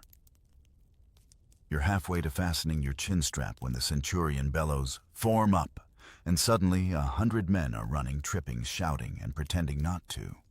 Discipline looks better from a distance. Up close, it's just organized chaos in sandals. They say the Roman army runs on 3 things: obedience, endurance, and fear of the man shouting at you. Within moments, the cohort arranges itself into perfect lines. Shields align, spears tilt, and the morning sunlight bounces off polished helmets like a warning to the horizon. If Rome ever needed a mirror, this would be it, an army reflecting its own obsession with order. Drill until you hate it, the centurion says, pacing in front of you. Then drill until you love it. You're not sure which stage you're in, but you suspect the second one's a myth. The Tesserarius calls out the commands, his voice cracking from overuse. "Advance," he roars, and 100 feet stomp forward in unison. The earth trembles lightly, dust rising like incense. The sound is hypnotic, thud, thud, thud, a rhythm older than any hymn. You thrust your gladius forward, the short sword slicing the air, then retract it instantly to shield height. The movement is sharp, mechanical, perfect. Every soldier knows the Roman way of fighting is simple, but cruelly effective: step, stab, recover, repeat. None of the grand flourishes you see in amphitheater plays, no wide swings, no heroic twirls. Just economy of motion, killing is craft. The weapon's design itself is pragmatic, broad, near the hilt, tapered near the point, built for thrusting through gaps in armor or ribs. It's not romantic, but it works. You glance sideways. Marcus is drenched in sweat already, his forehead shining under the helmet rim. Titus has that grin again, the one he gets when he's enjoying himself. You envy that. To him, drill feels like purpose. To you, it feels like repetition, dressed as destiny. The centurion walks the line, correcting stances with his vine staff. When he sees a spear droop, he raps it sharply. Keep it straight, or the next man won't. His logic is brutal, but flawless. One mistake multiplies down the line faster than gossip in a tavern. Shields up, he commands, and the wall of red rises instantly. The thump of scuda interlocking fills the field. You feel the vibration through your arm, through your bones. The formation is tight enough to block the sun. Now, advance. You move forward in slow, deliberate steps, shields overlapping like roof tiles. To an outsider, it would look almost graceful if grace could sweat. The man beside you stumbles slightly. Your shoulder meets his, pushing him back into rhythm. That's the unspoken law here. One man's mistake belongs to everyone. You've seen centurions punish an entire unit for a single soldier's failure. It's not cruelty, it's math. After an hour, your arm begins to shake from holding the shield. Your hand is slick, your knuckles raw, but there's no time to adjust. Again, the centurion calls, and you obey, because that's the only thing you know how to do. Somewhere in the haze of repetition, the movements blur together until you're not thinking anymore. You've become the rhythm itself. And that, strangely, is where the peace hides. You stop being a man with worries, hunger, or fear. You're just another gear in Rome's great machine. It's almost meditative if meditation came with bruises. The sun climbs higher. The smell of hot leather and churned soil fills your lungs. Dust clings to your face. Your tongue tastes of metal. Every breath scrapes the throat. Every movement hums with pain. Yet you keep going. You always do. The centurion finally signals a halt. Men drop to one knee, panting. Helmets come off, steam rising from their shaved heads. Someone jokes if Mars had sweat glands, they'd smell like us. Laughter breaks the fatigue for a heartbeat. Nearby, a group of recruits is practicing with wooden swords. Their strikes are clumsy, their rhythm off. One of them loses his grip, sending the weapon spinning into the dirt. The instructor smirks. Congratulations, you just killed a shrub. The recruits laugh nervously, and you remember being that green once. Back then, your shield felt heavier, your courage lighter. You can still recall your first real battle, how all the drills suddenly made sense when chaos erupted around you. The perfect lines, the measured thrusts, the unspoken trust between men, it all locked into place, like clockwork. Rome's strength isn't in individual heroes. It's in the choreography of obedience. Even Caesar himself once said that a disciplined legion is worth more than 1,000 brave fools. The centurion orders the final set formation changes. You shift from column to wedge to square the ranks, folding and unfolding like origami in armor. It's oddly beautiful geometry meeting warfare. When done right, it looks less like battle practice and more like a military ballet performed for indifferent gods. When the horn sounds the end, your arms feel like they've been carved from lead. You stand still, catching your breath. And the centurion nods once. Better, he says. That single word feels like a medal. As you wipe your face with your sleeve, you realize your entire body hums, not from exhaustion, but from the strange satisfaction of surviving another morning without disgrace. The drills may not feed you, but they remind you who you are, one disciplined heartbeat in the body of an empire that never stops marching. When there's no enemy to fight, Rome finds you something else to conquer. Usually dirt.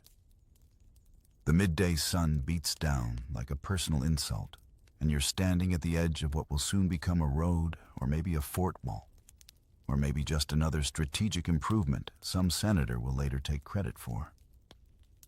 The order is simple enough: build until you forget you're a soldier. You swing the pick into the soil, the blade biting deep. The sound is dull, rhythmic, relentless. Around you, hundreds of men dig, lift, hammer, and haul in perfect, miserable harmony. The clatter of tools replaces the sound of swords. Even the centurions work, though they somehow manage to look less sweaty doing it. It's easy to forget that Rome's empire wasn't just won by war, it was paved by it. Every legionary is part soldier, part construction worker, part unpaid engineer. The roads you lay today will carry future armies, merchants and gossip, long after your bones turn to dust. Somewhere in the Senate, a man in a clean toga will call it infrastructure. Here it's just another word for blisters. The foreman shouts instructions over the din. Line straight. No curves, no weakness. You look down the trench, the alignment so precise you could roll a coin from end to end without a wobble. That's the Roman way. If a mountain gets in the path, you don't go around it, you go through. The work site buzzes with energy and profanity. Some men sing old marching songs to keep rhythm. Others curse the heat, the stones, the gods, and occasionally their mothers. Sweat runs down your back in steady rivulets, soaking your tunic until it clings like a second skin. You can smell iron from the shovels, pitch from the cartwheels, and a faint sweetness from the pine logs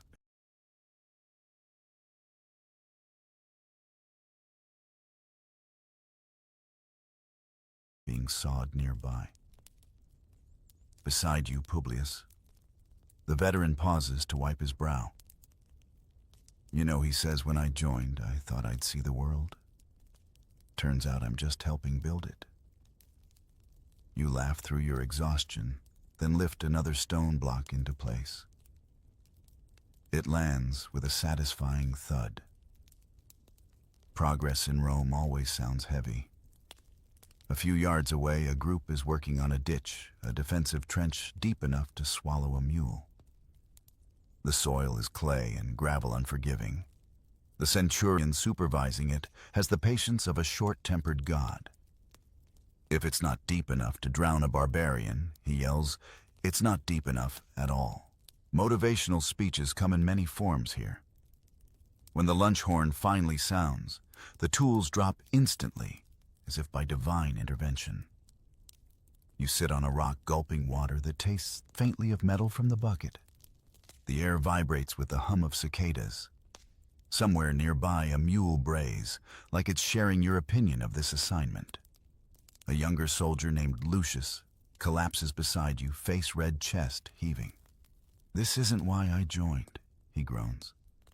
I wanted glory. You smirk. You'll get it. Maybe they'll name the ditch after you. He laughs weakly, but the truth sticks. Glory is rare. Ditches are eternal. You think about the empire's vastness, the thousands of miles of roads connecting cities and frontiers, all built by men like you. The Via Appia, the Via Flaminia, the endless web of stone veins feeding Rome's heart. It's strange to realize that your sweat will outlast your name. In the distance, you see a patrol returning from a nearby village, their armor dusty, their faces sunburned. One of them holds a scroll, probably new orders or fresh complaints from the locals. You can already guess what it says: build faster. The Empire's appetite for progress makes Jupiter look frugal. After the break, the work resumes. You help lift a timber beam into place, muscles screaming in protest. Every push feels like a small war against gravity. You glance up and catch sight of a hawk circling high above, free, indifferent, untaxed. Trade places, you mutter under your breath. The bird wisely declines. By late afternoon, the road begins to take shape, a perfect straight ribbon of crushed stone and dust stretching toward the horizon. The sight almost feels holy, like witnessing civilization itself being stamped into the earth. Even your exhaustion can't hide a flicker of pride. When the centurion calls for the final inspection, everyone stands back, tools in hand, chests heaving. The line of the new road glows faintly under the lowering sun. Good, he says simply, which in centurion language means miracle achieved. You look down at your hands, blistered, bruised, streaked with dirt. There's satisfaction in that pain. You built something real, something Rome will march on long after you're gone. It's not glory, not exactly, but it's permanence, and that's rarer still. A trumpet blares from camp, signaling the end of the day's labor and the beginning of whatever passes for rest. You pick up your gear, glance once more at the straight road cutting through the wilderness, and can't help but think that's Rome, in a single line, unyielding, exhausting, and beautiful in spite of itself. By the time you stumble back into camp, the heat has mellowed into that honey-colored glow that makes everything look almost peaceful almost. The tents flutter lazily in the breeze. The sound of hammers has softened, and for the first time all day, no one is yelling. You wipe the dust from your face with the back of your arm and realize that even the grime has hierarchy. The thin layer on your skin belongs to the Empire now. Camp life, though, has its own strange rhythm. You could call it a town, but that would be generous. It's more like a moving city made of canvas and sweat-built and dismantled faster than most people can decide what's for dinner. Everything has a place. The command tent at the center, the workshops to one side, the latrines, mercifully downwind, and rows upon rows of tents, identical as thoughts in a philosopher's head. You head toward your section, passing through the heart of legionary civilization. To your left, blacksmiths are still at work, their forges glowing orange against the dimming sky.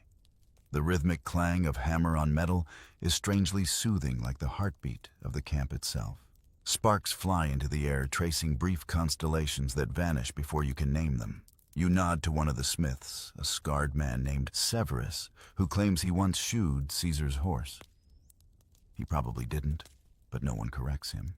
It's bad luck to interrupt a man swinging a hammer. Further down, the cooks are setting up for the evening meal. The smell of lentils, onions, and smoke mixes with the stench of drying leather. One pot has something that could generously be called stew. Another has something that looks more like regret. Still, after a day of digging roads, even regret smells delicious. You catch a whiff of garum, the fermented fish sauce Romans put on everything, and remember why no one likes standing near the cook fires for long. You find a place to sit near your tent. Titus is already there, tossing dice onto a small wooden board. "Care to lose your pay again?" he asks with a grin. You grin back because you know how this goes. Gambling in camp is as common as breathing, and only slightly less dangerous. The dice clatter, the coins clink, and within minutes insults are flying like arrows. "Jupiter himself couldn't roll that twice," Marcus shouts. "He doesn't need to," Titus says, sweeping up the winnings. Nearby, a group of soldiers argues about who fought worse in the last campaign, the Germans or the Parthians. Someone insists the Germans at least bathed more. The conversation devolves quickly into laughter, mock insults, and a heated debate over whose hometown wine could dissolve a shield faster. These small arguments are the closest thing to peace you'll ever get. Across the camp, the medic tends to a man with a wrapped leg. The soldier winces, but the doctor's expression doesn't change. The Roman medical kit is impressive for its time: bronze scalpels, forceps, even sponges soaked in vinegar. But the methods are brisk. "It's only a scratch," the medicus says, as he prepares to stitch. You look away. You've seen scratches end careers. The camp buzzes with small dramas, nothing big, but enough to remind you that an army is just 1,000 bored men trying not to think too hard. One man carves his sweetheart's name into his shield. Another rewrites a letter home for the 5th time, trying to sound brave without lying. Somewhere, someone starts a bawdy song, and the laughter rolls down the tents like a wave. Then, like always, gossip finds you. Publius sits beside you, lowering his voice to that conspiratorial tone he reserves for sharing official secrets. "They say the governor's son insulted the legate at dinner last night," he says, eyes gleaming. "Threw a grape at him." You raise an eyebrow. "A grape, yes." Publius nods solemnly. "A symbolic grape." You both laugh until your ribs ache. Rome may run on discipline, but it lives on rumor. A breeze slips through camp carrying the faint music of a distant flute. It's haunting soft and surprisingly tender for a place filled with weapons. You wonder who plays it, a homesick soldier, maybe? Or one of the slaves who travel with the legion, earning their peace in melody instead of pay. For a moment, even the dice go silent. You stretch your legs, lean back on your elbows, and let your eyes wander toward the fading horizon. The sky is streaked in purple and gold, the kind of beauty soldiers notice precisely because they have so little of it. You think about how many sunsets you've seen from camps like this, how they all blend together into one endless evening of dust noise and stories. Someone passes a jug of Posca, sour as ever, but shared freely. You take a sip, grimace, and pass it on. It's tradition, this little ceremony of shared misery. No toast, no words, just the quiet acknowledgement that everyone here is tired, alive, and still Roman. Then the bugle sounds again, short-clipped routine. It means watch duty assignments are about to be read. The laughter fades, dice vanish into pouches, and men rise slowly, knowing rest will have to wait. You sigh, stretch your shoulders, and get ready to stand guard again. The night may bring calm, but in the Legion, calm never lasts long. First watch, third post, eastern wall. The Optio's voice carries through the camp, and just like that, your night plans evaporate. You grab your shield and helmet again, the metal still warm from the day's sun. Hooked to your belt is the same short sword that's been your bedtime companion since you joined. You could almost miss it if it weren't there, like a limb you didn't ask for, but can't live without. The air outside has cooled thick with the scent of pine and camp smoke. The sky above is deep indigo, that brief hour before the stars take full control. You walk the packed earth path toward your post boots, crunching softly. Somewhere behind you, laughter still flickers from the tents, but it fades quickly as the watch rotation settles in. You pass a torch stuck into the ground. Its flame hisses against the night breeze, throwing shadows across the wooden palisade. The eastern wall looks out over open land, rolling hills, a thin strip of forest, and far beyond that, the suggestion of mountains. Beautiful, if you weren't so aware that beauty in the dark usually means danger in daylight. You take your position beside another guard, an older man named Quintus, who's seen more watches than birthdays he can remember. His beard glows faintly in the firelight, and his eyes are half hidden beneath his helmet's rim. Quiet night, he mutters. That's usually when something goes wrong. You rest your spear against the wall and scan the darkness. Nothing moves but the grass. The wind hums softly through the wooden stakes, and in the distance you can just hear the faint croak of frogs by the stream. It's peaceful in that deceptive way, the kind of peace that makes you forget how quickly the world can turn. You shift your weight, the leather straps on your armor, creaking like tired joints. Quintus tells stories to pass the time. He always does. Did I ever tell you about the time a goat got into the camp and everyone thought it was a barbarian spy? You grin. 3 times. Good, he says. Then I'm consistent. He chuckles, then leans on his spear. You young ones don't know how lucky you are. Back in Africa, the heat was so bad our helmets cooked us like oysters. You raise an eyebrow. You've been to Africa? He nods proudly. Once. The sand got in places I'm still discovering. Hours on watch stretch differently, slower, heavier. You find yourself staring at the same shadow for minutes, convinced it's moving. Every whisper of wind feels personal. The torch beside you sputters, and the scent of burning oil mixes with the earth's chill. Somewhere in the distance, an owl hoots, and you nearly jump. Quintus laughs quietly. Relax. If it's an enemy, he'll scream before he kills you. Strangely, that's comforting. To keep awake, you think about home again, though it's more habit than hope. You picture your street in the city, the uneven cobblestones, the baker who used to throw you stale bread as a boy.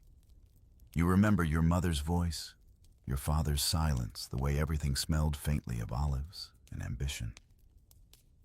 You wonder if they'd recognize you now, all armor and calluses. Then you decide it doesn't matter. Rome changes men faster than memory can keep up. You shift again, glancing down at the ground below.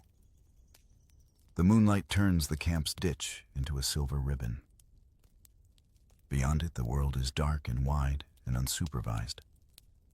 You've heard the stories, ambushes at dawn, spies slithering through shadows, wild tribes who fight naked just to scare you. But tonight there's nothing.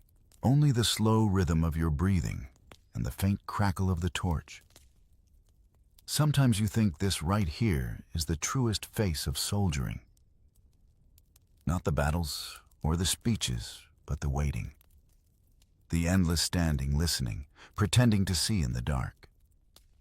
No one sings about the man who stayed awake so others could sleep, but maybe they should. Halfway through the shift, a patrol walks by. 4 men, half alert, half asleep. Their armor catches the light, their faces pale ghosts under the helmets. "All clear?" the leader asks. "All clear," you answer, and the ritual passes like a handshake with the night. The hours drip by. You lose track of how long you've been leaning on the wall. Your mind wanders to the absurdities of life in uniform, how you've learned to fear both silence and noise, how the same sun that burns you by day is now your best friend by absence. You think about how many men have stood exactly here, staring into exactly this kind of darkness, all believing they were part of something eternal. You almost laugh at the thought. Then movement. A faint shimmer beyond the ditch. Your hand tightens around your spear. Quintus sees it too. Both of you hold still, eyes straining. The shape wavers, then resolves itself into a deer. Just a deer. It freezes, stares back with indifferent eyes, then bolts into the woods. Quintus exhales. "See?" The enemy retreats in terror. You laugh, but your pulse takes longer to calm down. The final hour crawls. By the time relief arrives, your legs ache, your eyelids feel heavier than your armor, and your thoughts move like syrup. You nod to the next pair of guards, murmur a quick safe watch, and head back through the camp. The fires have burned low now. Men snore softly in the tents, the smell of ash and damp earth thick in the air. You unstrap your armor piece by piece, each buckle sighing in relief. As you sit down, stretching sore shoulders, you can still feel the weight of the night on you. Its quiet, its tension, its strange, stubborn beauty. And just before you lie down, you think to yourself, if eternity ever had a sound, it would probably be the silence of a Roman night watch. Morning creeps in like a thief, quiet silver, and far too soon. You've slept maybe 3 hours, if you're being generous. The camp stirs again, this time slower, more human. No horns yet, just the soft shuffling of men trying to wake without cursing the gods. You rub your face, stretch, and reach instinctively for your armor, even though your muscles are still begging for peace. The rule is simple. A Roman soldier is never truly off duty. You eat, you build, you march, you bleed, but rest, that's for civilians. Someone's already rekindled the fire pit outside your tent. A thin curl of smoke rises into the pale morning sky. You crouch near it, warming your hands, and catch the scent of last night's stew, now reduced to a congealed lump in the pot. Titus sits beside you, rubbing his eyes. "I dreamed of olives," he mutters. You think that's a sign? You shrug. If the gods wanted to talk to you, they'd pick better metaphors. Breakfast is short, rough, and familiar. More pulls hard bread and watered wine. The cooks could make a fortune selling variety if variety existed. But today you're grateful for the heat. You eat slowly, letting the warmth chase the chill from your bones. Around you, men mumble stretch spit and begin their daily rituals, sharpening blades, patching sandals, oiling armor. The smell of iron and vinegar fills the air again. Your lorica segmentata has a broken strap near the shoulder, one of those little things that can turn inconveniently fatal. You sit cross-legged, threading leather through the buckle while Publius leans over to comment like an unwanted workshop foreman. You know, in my day, he says, we didn't bother fixing armor until it fell off. And how many scars did that policy earn you? You ask. He grins, tapping his chest where a jagged line runs down to his ribs. One for every promotion I didn't get. When the morning horn finally sounds, no one rushes.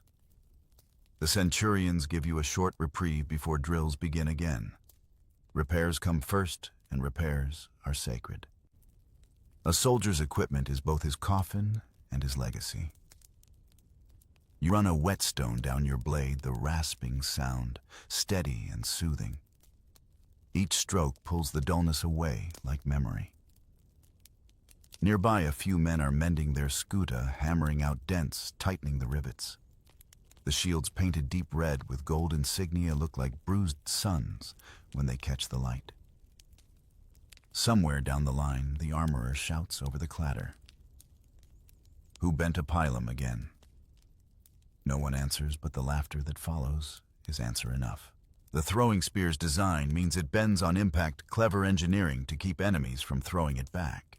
It also means endless work for the poor fool tasked with straightening the things. As the day warms, small mercies reveal themselves. A vendor from a nearby village has been allowed inside the gates, an old man with figs, cheese, and thin wine.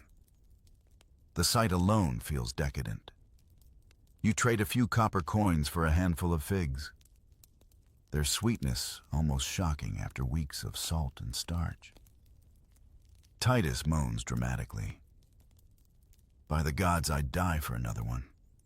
You grin. You might if you eat too many. For a while, the camp feels almost domestic. Men lounge near their tents writing letters or mending tunics. A pair of recruits argue over who has to clean the latrine trench, a debate that ends the way all such debates do, with both of them going. You watch a stray chicken weave between the rows of tents, pecking at crumbs and evading every attempted capture. Somehow it feels symbolic. You take a moment to oil your helmet, rubbing the metal until it shines faintly. The reflection that stares back at you is older than you remember. Sunburned, scarred, a little thinner, a little harder. You wonder when exactly you stopped being a young man and became part of this endless machine of Rome. It's not sadness, not really, just that strange ache that comes from realizing time has marched even faster than you have. Nearby, the camp's clerks, those lucky souls who can write without sweating, are counting rations. One of them, a narrow-faced man with ink-stained fingers, mutters under his breath. The empire expands faster than our paperwork. You nod sympathetically. Bureaucracy is Rome's other weapon, slower than a sword, but just as lethal if you forget a signature.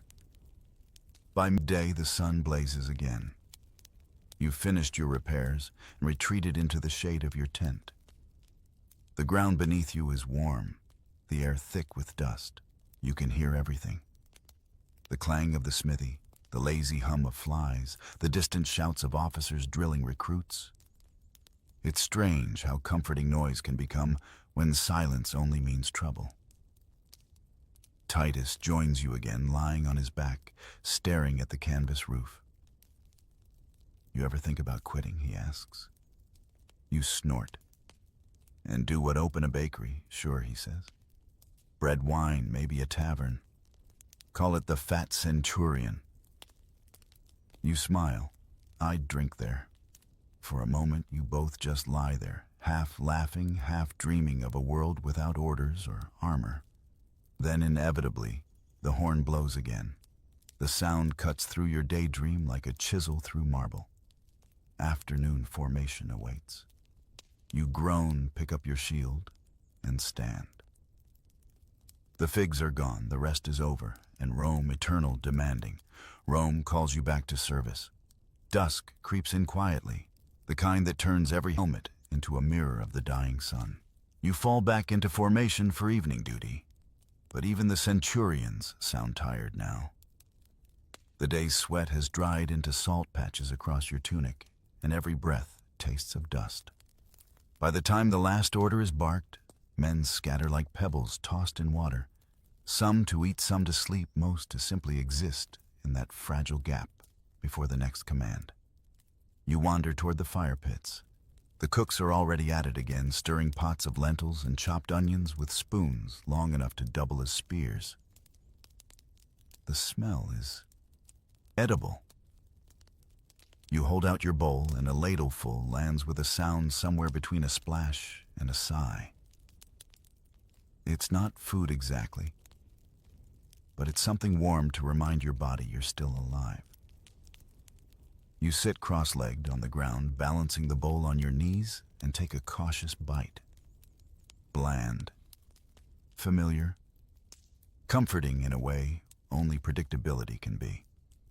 Across from you, Marcus plucks at a lyre missing 2 strings. I learned this one from a Greek prisoner, he says. He swore it could make a man weep. He plucks again, mostly from the noise. Laughter rolls through the group. Publius joins in with a story about a senator who mistook boiled turnips for oysters. No one believes him, but everyone laughs anyway. Stories here are less about truth and more about survival. The fire crackles sparks drifting up to the stars that are finally punching through the twilight. You feel the day unwind from your shoulders. The camp has its own kind of music now. Low voices, metal clinks, the occasional burst of laughter, and somewhere a donkey braying its opinion on Roman leadership. The sound blends into something steady, timeless, almost sacred. You lean back, watching the flames twist and dance. The heat stings your cheeks, but you don't move. There's something hypnotic about it, the way the firelight plays across faces, carving every soldier into a statue of bronze and exhaustion. These men, the ones you curse and march beside, and occasionally want to strangle, are your family now. Not by choice, but by the strange gravity of shared suffering. Someone starts humming softly a tune from the province's unfamiliar but soothing. One by one, voices join in, rough and out of sync, but heartfelt. It's not a song for glory or victory, just a song to fill the space between one day and the next. For a few minutes, you forget where you are. You could be anywhere, a village, a port, a quiet street in Rome, anywhere that isn't temporary. The warmth seeps into your bones, loosening everything that's been clenched since dawn. You think about how many nights like this you've lived through. Hundreds, maybe thousands. Different camps, same firelight, same laughter, same smell of lentils. The empire shifts and grows, but this never changes. It's oddly comforting knowing that even if Rome burns someday, some soldier somewhere will still be doing this, eating, laughing, pretending he's not afraid of tomorrow. Titus breaks the peace by tossing a twig into the fire. You think the gods ever watch us? He asks suddenly. All this? You shrug. If they do, they're either very proud or very bored. Publius nods. Or both. Pride and boredom built this empire, didn't they? More laughter. It fades quickly, though, as the question lingers longer than the joke. You stare into the fire again. The flames twist and snap like thoughts you can't hold on to. You remember the oaths you swore, the faces you've buried, the friends who didn't make it past their first campaign. You wonder if they got nights like this before the end, quiet, almost peaceful, when Rome felt less like a machine and more like a heartbeat. A horn sounds in the distance, soft signaling curfew. The sound rolls across the camp like a sigh. Men begin dousing smaller fires, washing bowls, muttering prayers. A few stragglers linger, unwilling to surrender the warmth. You watch them go one by one, until it's just you and the embers. The sky has deepened now into a sheet of dark velvet scattered with stars. Somewhere beyond those lights, the world keeps spinning cities, celebrating lovers, whispering emperors, plotting. None of it feels real from here. The fire pops once more, startling you from your thoughts. You stir the ashes with a stick and watch them collapse inward, glowing red like dying eyes. As you rise, the night air hits you cool and clean. You breathe deeply, tasting wood smoke and earth. All around you, the camp has gone quiet again. Rows of tents glowing faintly from within, guards pacing the perimeter, the soft murmur of men talking in their sleep. It's not peace exactly, but it's close enough. You sling your cloak over your shoulders and head toward your tent. The ground crunches beneath your sandals, and the stars overhead seem sharper, now clearer. Somewhere in the back of your mind, a thought drifts by. Maybe eternity isn't marble temples or endless conquest. Maybe it's just this. The sound of tired men under foreign skies, still breathing, still waiting, still Roman. The camp sleeps, but you don't, at least not yet. The fire outside your tent has burned down to glowing threads, soft as embers of memory. You sit there a while longer, cloak wrapped around your shoulders, letting the last warmth cling to you before cold winds. The stars are shockingly bright tonight, sharp enough to cut the darkness. You tilt your head back and watch them glitter over the silent camp, over the shields stacked in neat rows, over 1,000 dreams. Identical in shape, but different in pain. They say a Roman soldier should sleep ready to wake at a moment's notice, and you've learned to do just that. You lay your gladius within arm's reach, helmet beside it, shield propped against the tent pole. Your fingers brush each item in the same order every night, a little ritual of reassurance, steel, leather, wood order. Rome might be far away, but its discipline follows you even into your dreams. You lie back, the rough wool blanket scratching against your skin. The ground beneath is hard and uneven, but after years of marching, you hardly notice. The night hums quietly around you. Distant snores, a horse shifting in its pen, the faint creak of a guard's armor as he turns his post. It's almost soothing, this orchestra of weariness. And then, as you often do, you drift into thought before sleep. Not the grand kind about glory or conquest, those fade fast once you've seen what glory costs, but smaller thoughts, quieter ones. You picture your street in Rome, the sound of carts on stone, the smell of baked bread in the morning. You wonder if your mother still prays for you, if your father ever speaks of you, if the neighbors even remember your name. It's funny in a sad sort of way, how an empire can know you as a number, a unit, a fraction of a legion. And yet you're still just one man trying to stay warm on a patch of foreign soil. You've built roads that will outlive your children, carried banners that have seen 3 emperors come and go. But tonight, you're just another heartbeat in the dark. A breeze slips through the tent flap, cool against your face. You pull the cloak tighter and stare at the roof's dim canvas, tracing the lines where moonlight sneaks through the seams. You think about all the places you've been, German forests that smelled of pine and blood, African sands that burned your feet, Gaulish rivers that froze your hands. Every province has left its mark on you, some visible, some not. You remember the veterans who used to tell you stories when you were new men with faces like weathered stone, who spoke about retirement in hushed tones as if it were a myth. Just one more campaign, they'd say. Then I'll buy a little farm, marry, grow olives. You realize now that every soldier's dream is the same, to trade his sword for silence.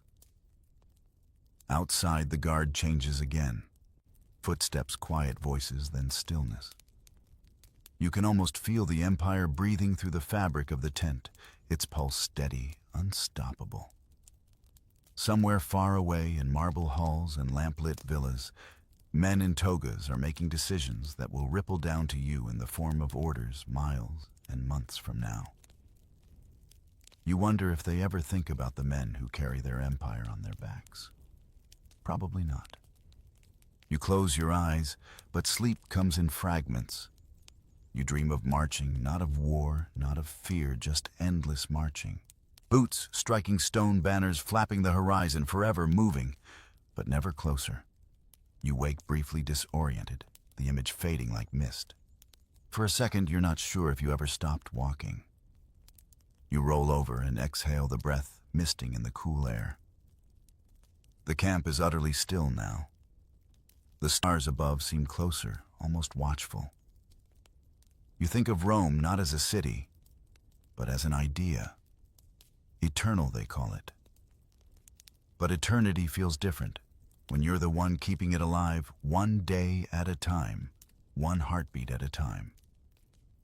Maybe that's the secret no one writes on monuments, that eternity is built from tired men who never got to see it finished. A soft rustle outside, probably a rat. Maybe a god, who knows. You smile faintly at the thought and let your eyelids fall. Your body gives up the last bit of tension and sinks into the earth's quiet rhythm. The shield beside you reflects a sliver of starlight catching your face for just a moment before the darkness swallows it. Somewhere deep in your drifting mind, a voice may be your own. Maybe Rome's whispers, "Rest, soldier. Tomorrow the empire wakes again." And finally you do. So now as the campfire fades and the empire's heartbeat slows, you can close your eyes too. The clang of armor, the shouting, the drills, all melt away, until only the soft wind of some forgotten Roman night remains. You've marched, built, fought, and dreamed enough for one day.